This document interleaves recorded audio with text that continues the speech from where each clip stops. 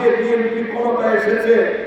দীর্ঘ পথ পরিক্রমা করে এক সাগর রক্তের বিনিময়ে আজকে বিএনপি রাষ্ট্রীয় ক্ষমতায় গত 17টি বছরে আমাদের হাজার হাজার নেতা কর্মী শহীদ হয়েছেন, বন্ধুত্ব বরণ করেছেন। মাসের পর মাস, বছরের পর বছর লক্ষ লক্ষ নেতা কর্মী তারা কারাবরণ করেছেন।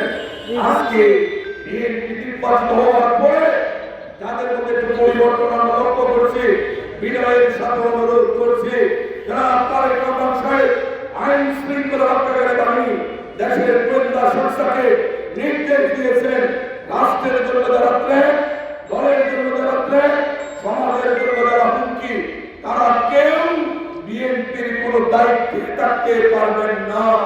যেটা আমার জন্য যেমন প্রযোজ্য, আপনাদের জন্য প্রযোজ্য।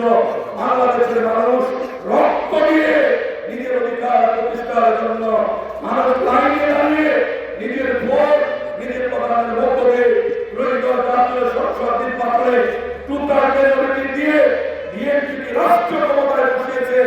রাষ্ট্রের জনগণের সমস্যার সমাধানের জন্য, নিজেরা মুখে মুখে খাওয়ার জন্য, নিজেরা রাতারাতি বিত্তশালী হওয়ার জন্য বিএনপি ক্ষমতায় আসেনি। তাই অনুরোধ করে আসুন, আমরা আমাদের প্রিয় নেতা, প্রিয় অভিভাবক, রাষ্ট্রের প্রধানমন্ত্রী তারেক রহমান সাহেবের নির্দেশনাগুলি আমরা অনুসরণ করি, অনুকরণ করি। নিজেরা নিজের জীবনকে স্বাভাবিকভাবে আমরা পরিচালনা করি, মানুষ সেটাই পছন্দ করে। আজকে জনপ্রিয়তার শীর্ষে সারা বিশ্বের যত জরিপ হচ্ছে, যেভাবে হচ্ছে, যারা তারেক রহমান সাহেব আজকে বাংলাদেশে মানুষের হৃদয়ের মণিপুরায় নিজের কর্মধারা উনি স্থান করে নিয়েছেন। গতকালকে ওরা প্রাণবন্ত বক্তব্য সংসদ উজ্জীবিত ছিল, সংসদের সরাসরি টেলিকাস্টের মাধ্যমে সারা বাংলাদেশের মানুষ দেখেছে। বিশ্বে বাংলা ভাষাভাষী মানুষ নিজের কর্ম বাদ দিয়ে সংসদের বক্তব্য উপভোগ করেছে। একজন মানুষ কতটা বিনয়ী হতে পারেন, একজন মানুষ কতটা দেশপ্রেমিক হতে পারেন, একজন মানুষ ভিন্ন মত ভিন্ন পথের মানুষকে কিভাবে নিয়ে চলার পথ প্রশস্ত করতে পারেন। কালকে দীর্ঘ 40 মিনিট বক্তব্যে তারেক রহমান প্রমাণ করেছেন, তারেক রহমান সাহেব জিয়াউর রহমান সাহেবের ছেলে, তারেক রহমান দেশের ছেলে, খালেদা জিয়ার ছেলে। বাবার গুণ, মায়ের গুণকে নিয়ে নিজে গুণান্বিত হচ্ছেন, নিজের কর্ম দ্বারা আজকে মানুষের হৃদয় জয় করছেন। আমরা সেই দলের কর্মী। আজকে শ্রমিকদের দাবির কথা উঠেছে। আমাদের প্রিয় নেতা ঢাকার কোর্টের সমাবেশে এখনো উপস্থিত আছেন, বক্তব্য রাখছেন। উনি সব কিছু রুখতে বলেছেন, আমরা সবাই বাংলাদেশী, এই দেশকে আমরা ভালোবাসি, এই দেশের প্রতিটা মানুষ যেন আমরা সুখে থাকতে পারি, শান্তিতে থাকতে পারি, আমরা যেন ভয় ভীতির ঊর্ধ্বে উঠে স্বাভাবিক জীবন আমরা ফিরে পাই।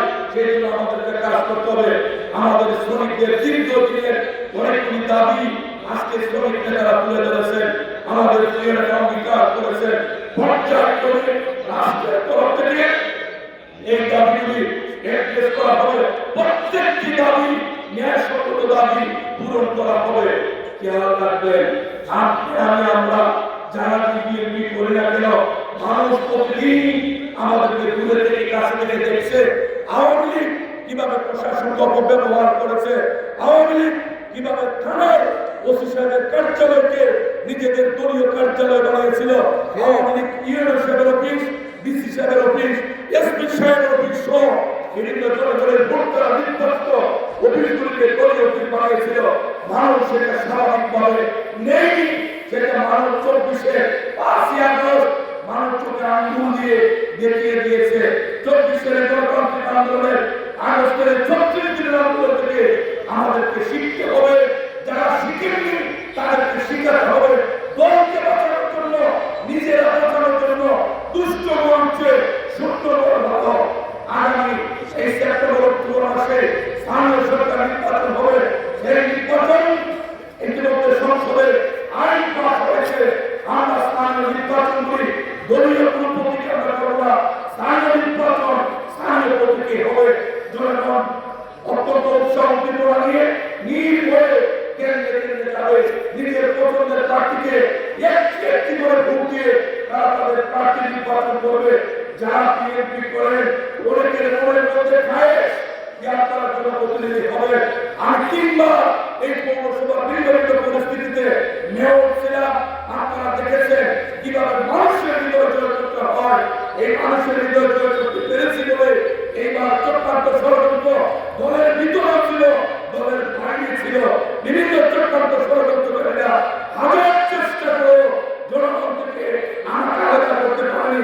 প্রায় লক্ষ লোকের ব্যাপারে আবার মেয়র হয়ে মানুষের খেদমতের সুযোগ পেয়েছি।